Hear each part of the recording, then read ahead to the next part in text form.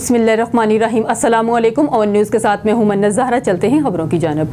خبر شامل کرتے ہیں۔ ملک دیپ کی رپورٹ کے مطابق راولپنڈی پاکستان تحریک انصاف کی جانب سے 9 مئی کے پرتشدد مظاہروں کے بارے میں جیل میں بند پارٹی کے بانی کے اطراف کے حوالے سے جاری کیے گئے تردید کے باوجود عمران خان نے اپنے پہلے بیان کی توثیق کی ہے کہ انہوں نے اپنی پارٹی کو پرامن احتجاج کرنے کی ہدایت کی تھی۔ جنرل کے گزشتہ سال گرفتاری سے قبل راولپنڈی میں ہیڈ کوارٹر قید سابق وزیر اعظم نے حال ہی میں 9 مئی 2023 کو اپنی گرفتاری سے قبل GHQ کے باہر احتجاج کی کال دینے کا اعتراف کیا تھا۔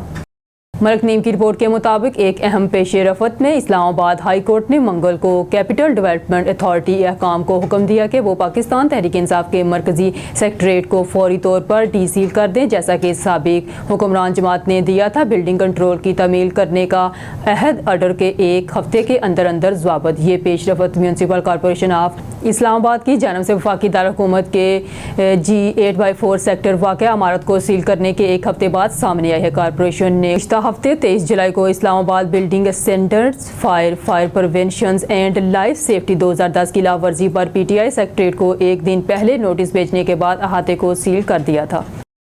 ملک نیم کی رپورٹ کے مطابق وزارت خزانہ نے جولائی میں مہنگائی 12% اور 13% کے درمیان گرنے کی پیش گوئی کی ہے۔ اگست میں مزید ٹھنڈک کے ساتھ 11% سے 12% تک اور مستقبل میں سنگل ہندسوں کی شرح تک پہنچنے کے بارے میں امید ظاہر کی ہے۔ اس کے ماہانہ اقتصادی آؤٹ لک کے مطابق منگل وزارت خزانہ نے اپنے ماہانہ اکنامک اپ ڈیٹ اور آؤٹ لک میں کہا ہے کہ کم ہوتی ہوئی افراط زر، بنیادی مالیاتی اکاؤنٹ میں سرپلس نہ ہونے کے برابر کرنٹ اکاؤنٹ خسارہ اور مستحکم شرح مبادلہ کے مالی سال 2024 میں معیشت استحکام کی طرف بڑھی۔ ملک دیم کی رپورٹ کے مطابق انسانی اسمگلنگ کے خلاف عالمی دن کے موقع پر میرٹ ہوٹل اسلام آباد میں ایک اہم تقریب منعقد کی گئی، جس کا موضوع تھا انسانی اسمگلنگ کے خلاف جنگ میں کسی بچے کو پیچھے نہ چھوڑیں۔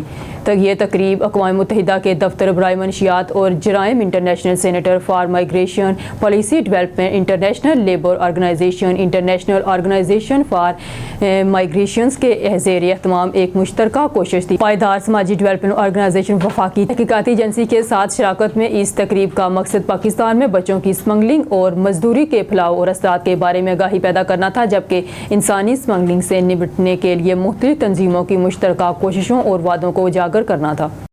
ملک نیم کی رپورٹ کے مطابق CPO سید خالد حمدانی کی جانب سے بہترین کارکردگی کا مظاہرہ کرنے والے افسران اور اہلکاروں کی حوصلہ افزائی کا سلسلہ جاری۔ CPO کی ڈولفن فورس کے جوانوں کو نصیر آباد کے علاقہ میں خطرناک ڈاکوؤں کی فائرنگ کے باوجود بہادری سے مقابلہ کرنے پر شاباش، تعریفی سرٹیفکیٹ اور نقد انعام سے نوازا۔ CPO نے کانسٹیبل عاقب مسعود، کانسٹیبل عثمان، کانسٹیبل سکندر زمان، کانسٹیبل وجاہت علی کو تعریفی سرٹیفکیٹس اور نقد انعام سے نوازا۔ شہریوں کی جان و مال کا تحفظ اولین ذمہ داری ہے، جس کے لیے تمام اقدامات کیے جا رہے ہیں۔ CPO امن و امان کا قیام اور جرائم پیشہ عناصر کے خاتمہ کے لیے راولپنڈی پولیس ہمہ وقت جانفشانی سے مصروف عمل ہے۔ CPO سید خالد حمدانی۔ ملک دیم کی رپورٹ کے مطابق اسلام آباد پولیس کے ہیڈ کانسٹیبل محمد اسلم کی نماز جنازہ پولیس لائنز ہیڈ کوارٹر میں ادا کر دی گئی۔ نماز جنازہ میں DIG اسلام آباد سید Ali Raza, DIG head quarter سید مصطفیٰ تنویر سمیت بڑی تعداد میں پولیس افسران کی شرکت۔ اسلام آباد پولیس مرحوم کی فیملی کا ہر ممکن خیال رکھے گی۔ ملک نیم کی رپورٹ کے مطابق قومی اسلام آباد حساب بیورو نیب نے منگل کو اسلام آباد ہائی کورٹ میں ایک پیش رفت کی، جس میں کہا گیا کہ پاکستان تحریک انصاف کے بانی عمران خان کی اہلیہ بشرا بی بی 4 مقدمات میں ملوث ہیں، جس میں سے 3 راولپنڈی میں درج ہیں۔ نیب لاہور میں ایک ایئرپورٹ عدالت میں بشرا بی بی کے خلاف الزامات کے بارے میں معلومات طلب کرنے والے کیس کی سماعت کے دوران پیش کی گئی۔ راولپنڈی اور اسلام آباد پولیس دونوں کی جانب سے جواب موصول ہوئے ہیں، تاہم فیڈرل انویسٹیگیشن ایجنسی اور بلوچستان پولیس نے تاحال رد عمل فراہم نہیں کیا۔